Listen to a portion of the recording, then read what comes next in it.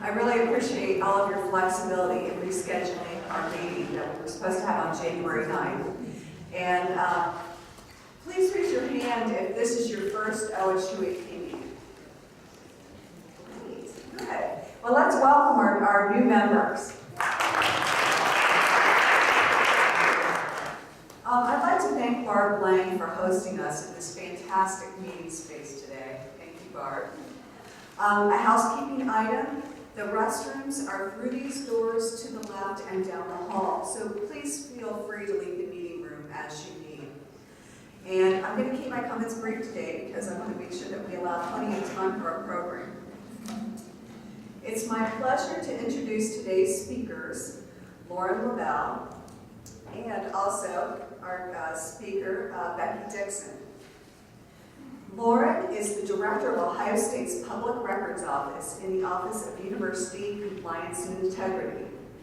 Prior to joining the university staff in January 2013, Lauren served as a Principal Assistant Attorney General in the Public Records Unit of the Ohio Attorney General's Office, where she advised the office and its state clients on Ohio's public records, open meetings, personal information systems, and records management laws. Lauren co-authored and edited the state's recognized authority on public access laws, known widely as the Yellow Book. She has developed and taught numerous seminars on open government throughout Ohio, including the Certified Sunshine Laws training required for all of Ohio's elected officials. Prior to her appointment as an Assistant Attorney General, Lauren served as an in-house attorney for the State Medical Board of Ohio for 22 years. Lauren attended the Western College of Miami University, graduated with a BA in English from Ohio State, and earned her JD from the Capital University College of Law. Also, we have a special guest today, a surprise guest, Becky Dixon. She works very closely with Lauren in public records, and she is an expert in this area as well. And she's been working at Ohio State in several roles surrounding public records. So we're very fortunate to have Becky with us today as well. So please join me in welcoming our guests.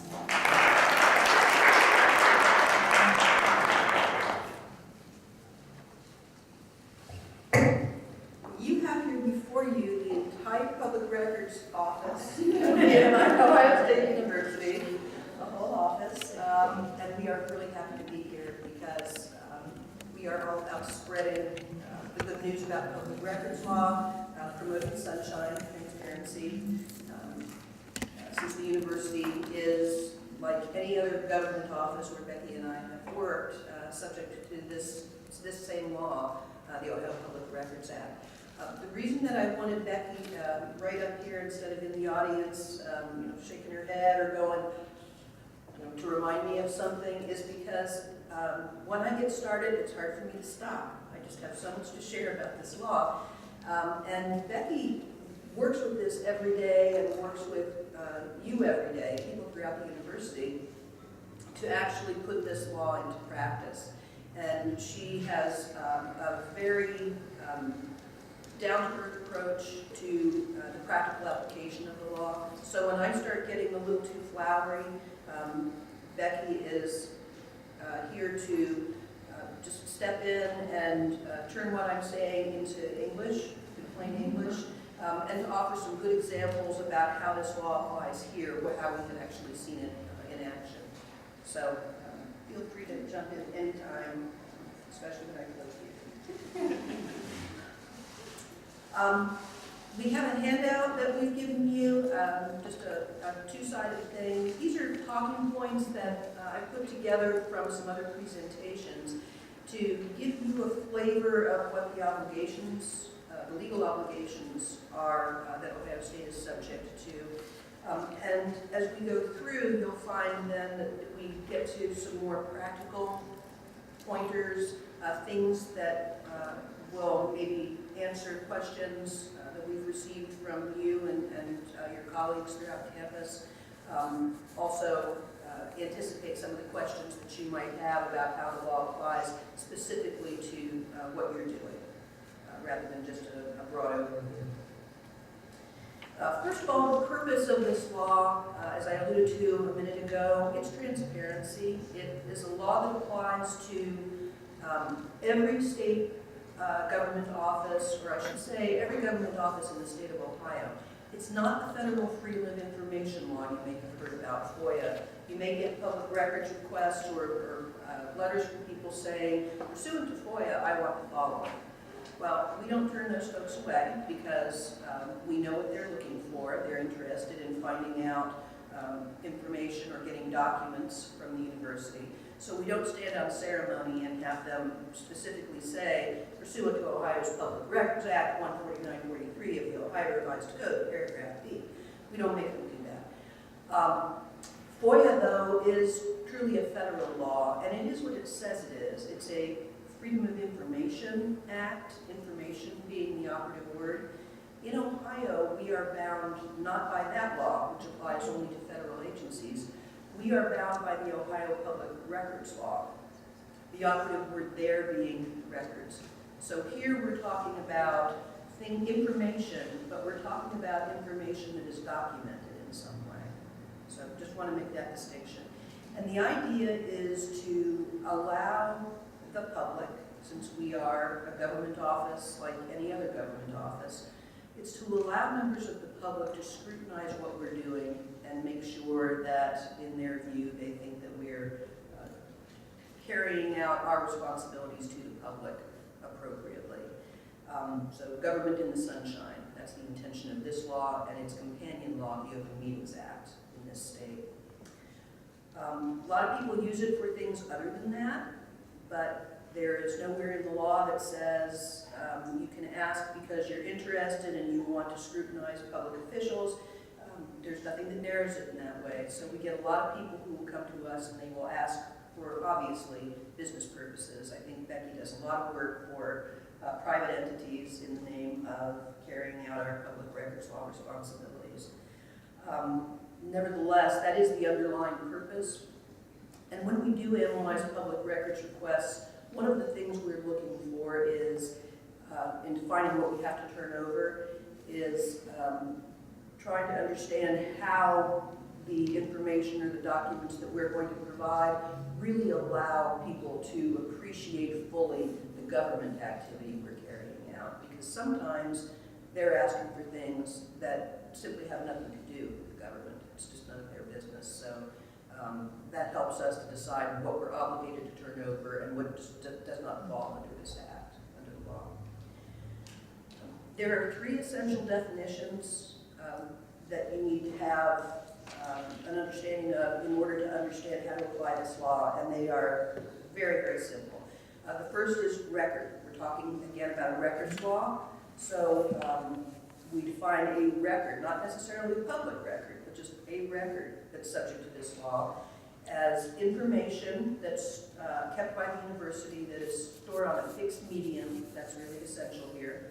Could be any kind of medium, could be audio, could be video, plain old-fashioned paper, it could be electronic paper, newfangled paper, like sometimes an email or other electronic documents you work with, but it's got to be affixed to some kind of reproducible medium.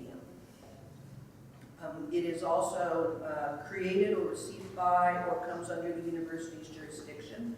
If any of you are working with outside vendors or entities with which we contract to carry out different responsibilities, sometimes the records that are created because of that relationship, those are things that may be in their hands physically, but still fall under our jurisdiction. So those would be covered by this law. Give an example of that in the presidential search. That's a great example. You know, to avoid or to use some people with special expertise, the university contracted, did they contract with them? Contracted with a vendor to assist us in the search for the president. And so a lot of those records that were generated by that consultant on our behalf. So Lori can kind of fill in the blanks. I mean, most people would think, well, we don't have those records. That's not Right. That's not what we. But we could. The spirit. Yeah. We could. could. This was something we could have done on our own. And at Ohio State in particular, we farm out a lot of things. But if they are things that are traditionally done by government or could be done by government, and we're just enhancing our ability because we're bringing in some executive search firm or something like that, people who are used to this kind of high-level search, then they are just carrying out our responsibilities. So we cannot hide records, and people frankly sometimes try to do this by handing it off to somebody else, handing the responsibility off to somebody else. If it is our responsibility, and we would have ordinarily been doing it ourselves, usually then it's going to turn out to be a record that falls under our jurisdiction, or a document that falls under our jurisdiction. So that's what the law means when it says that. These are really difficult calls. As Becca can tell you, we spend a lot of time going through the details of the arrangements we make with other entities, our affiliate organizations. So there's nothing, this is a full employment law for people who are interested in this kind of work, because not many people think that it's interesting, but it's really essential to be able to dig through all the details and come up with the answers in each and every case, and the answer's going to be different, potentially, in each case. Not much black and white when it comes to this law.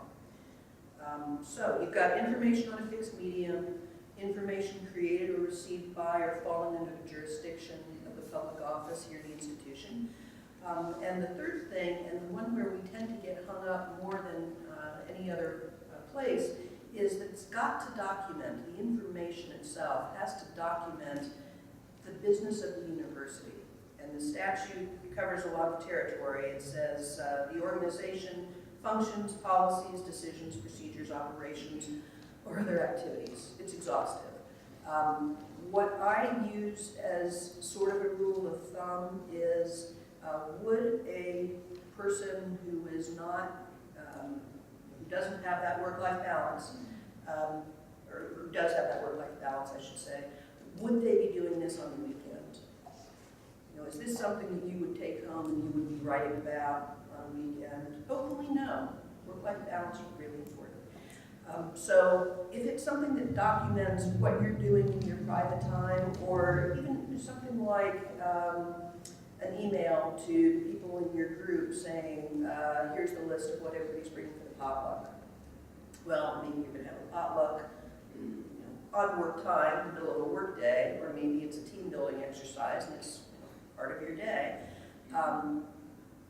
Who's bringing what for the potluck? How does that shed light on government activity, on what is being done on behalf of the community in the state of Ohio?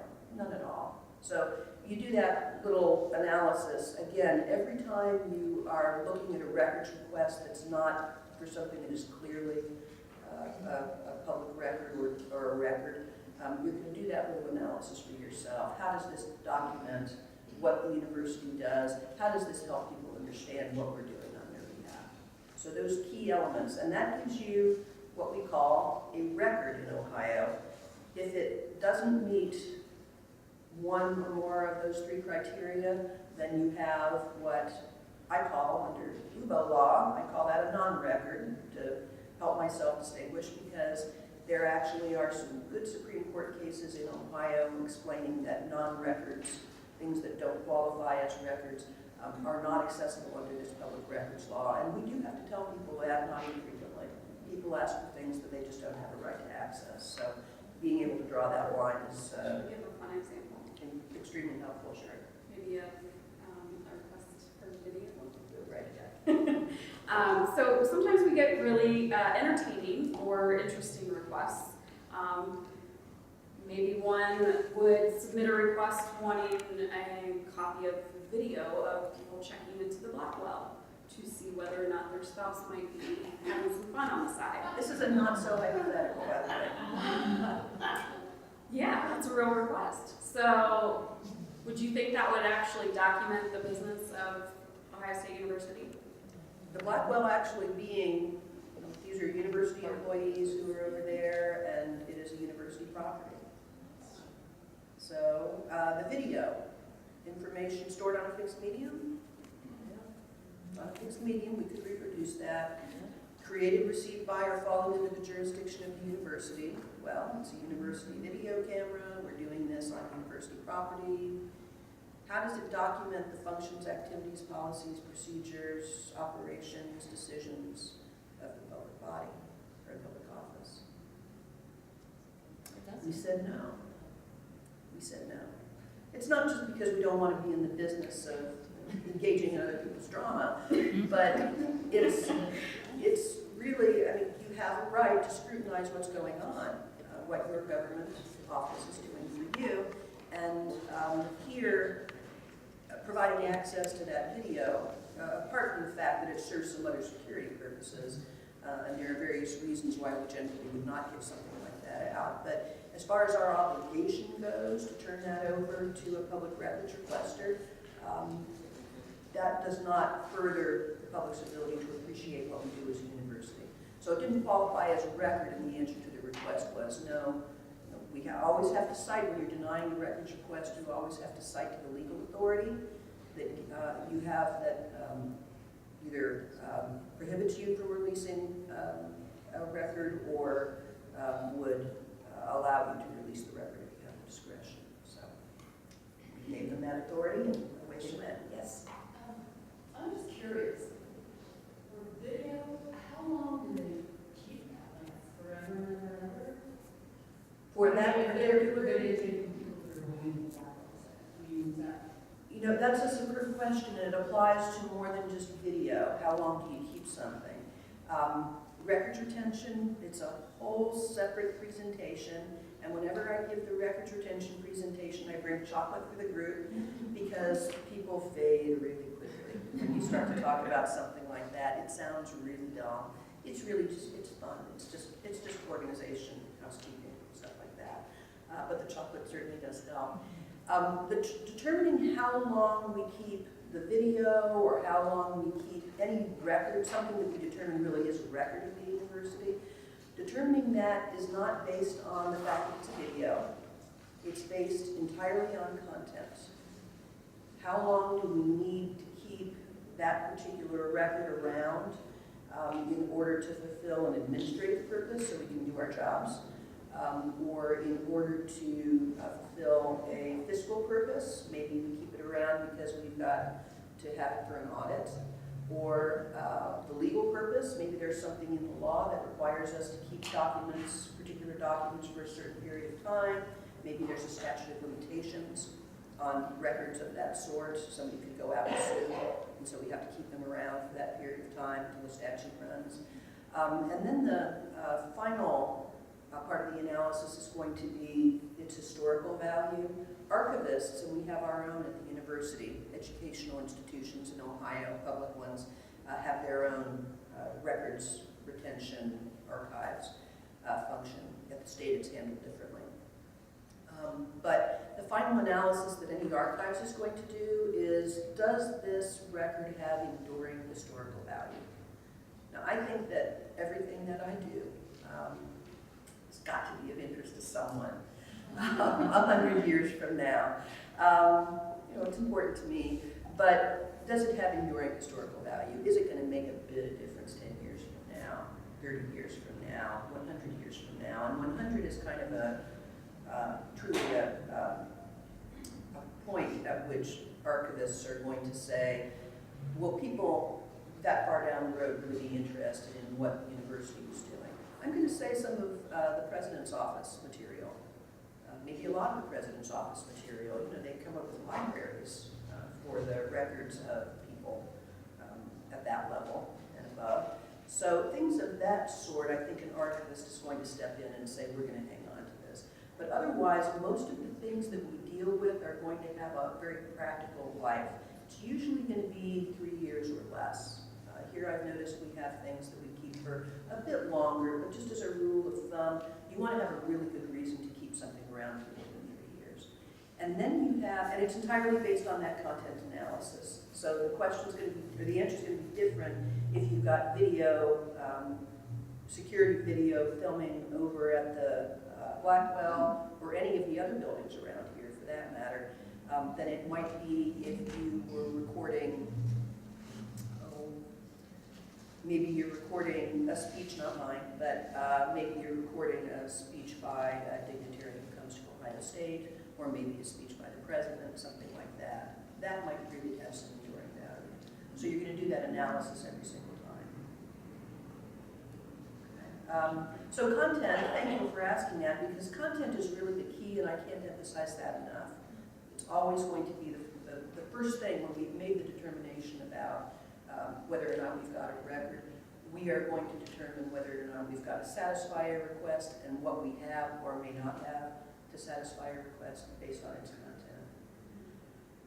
So you've got record, you've got my version non-record, and then what this law is all about, and that's public record.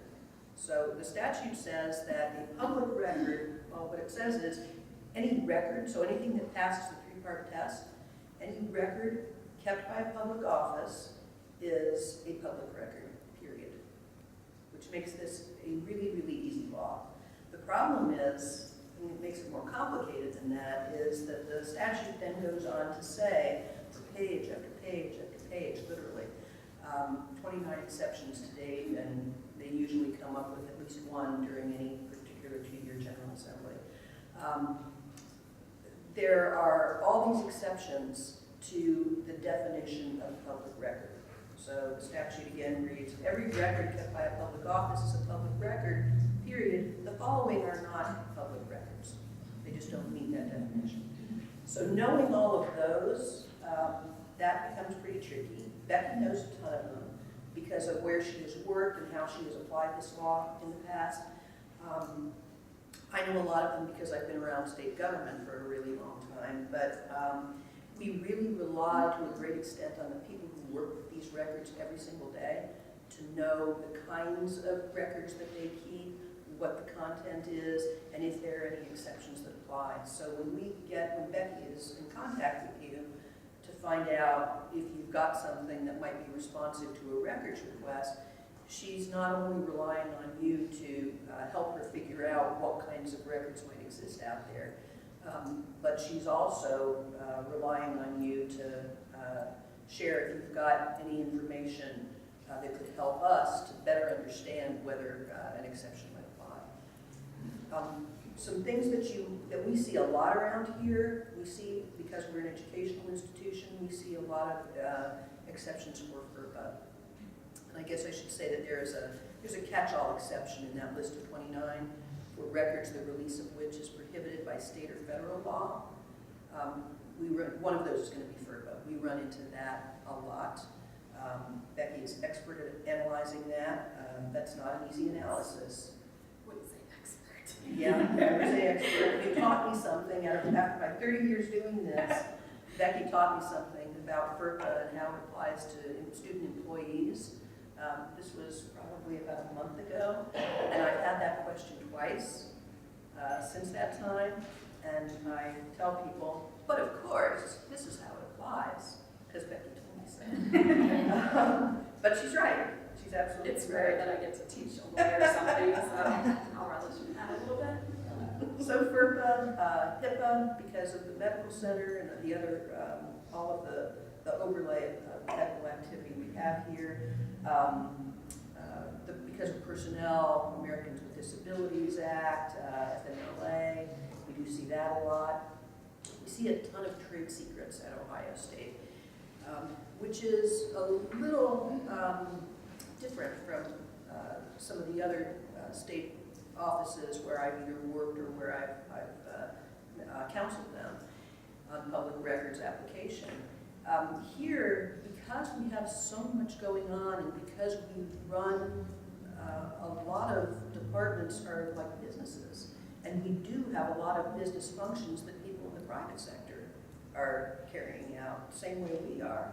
Because we're a public institution, people always want to come to Ohio State and say, we want to see everything related to that contract that you're negotiating. Well, you can't do that in a private company. But people feel that they have access to our records, business records, in a way that they would not with a private company because the law says so, and they're not afraid to tell us that. The law requires you to turn this over to me. Well, there's an analysis in Ohio case law for trade secret information, and we've used that a lot here.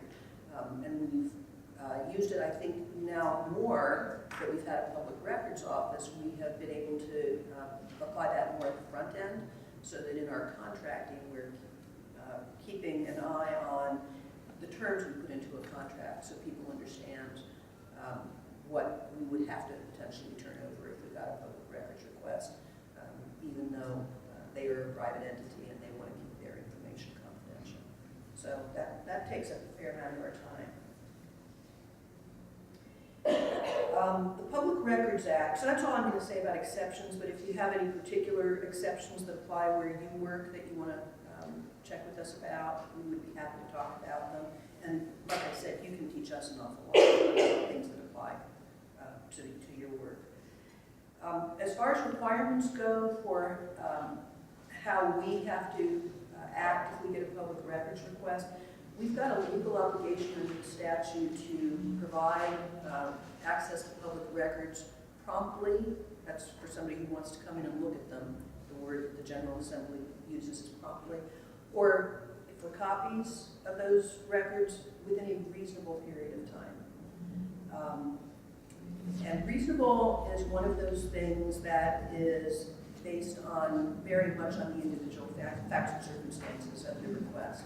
It's always going to be different. So when people ask us, give us an estimate, how long is it going to take, we really can't. Unless it's something very routine, like what are some of the routine requests you get for a lot of athletics kinds of things? Yeah, employment contracts, personnel files, different financial reports. There's a lot of very standard requests that we get all the time. And those might be the type that you come into contact with. How many of you have received public record requests before or have been involved in processing? Yeah. Or we have nagged for... And most of the time it's for some sort of contract or someone's personnel file or, various things like that. One thing I've run into is sometimes units are afraid to send me the records because they are afraid that they're doing something wrong, and we are a safe place, and that's what I always tell people. No, you can send it to us, even if it has somebody's social security number on it, even if it's a contract that's really sensitive to your unit that you're afraid of it being shared. Nothing is released from our department without a full legal analysis. And we are now under the Office of Legal Affairs, Yeah. So we're a function of OLA. People who used to send things to Becky when she was in OLA may now be a little bit nervous because we're housed physically within the compliance office. But the same thing holds true. We're not changing anything about that other than the physical location. So structurally, there has to be a sign-off from OLA before anything goes out. They double, triple check our work. Yeah. I'm just curious, what's the average number of public records requests that you receive annually? Because if you have to do these analyses, I can only imagine. so yesterday we surpassed, are you ready for this? Since July, so since we started, doing the fiscal year, I think we've surpassed 750 requests. That's pretty good. That's pretty It's good. a lot. I don't think we were counting before we set up the Public Records Office. There was tracking going on. Becky was doing this before with OLA. They weren't tracking them in the same way. When we started the Public Records Office, the idea was to get a handle on all the public records requests coming in university-wide, and this is tougher than working for the state of Ohio and keeping track of all the requests they get, honestly.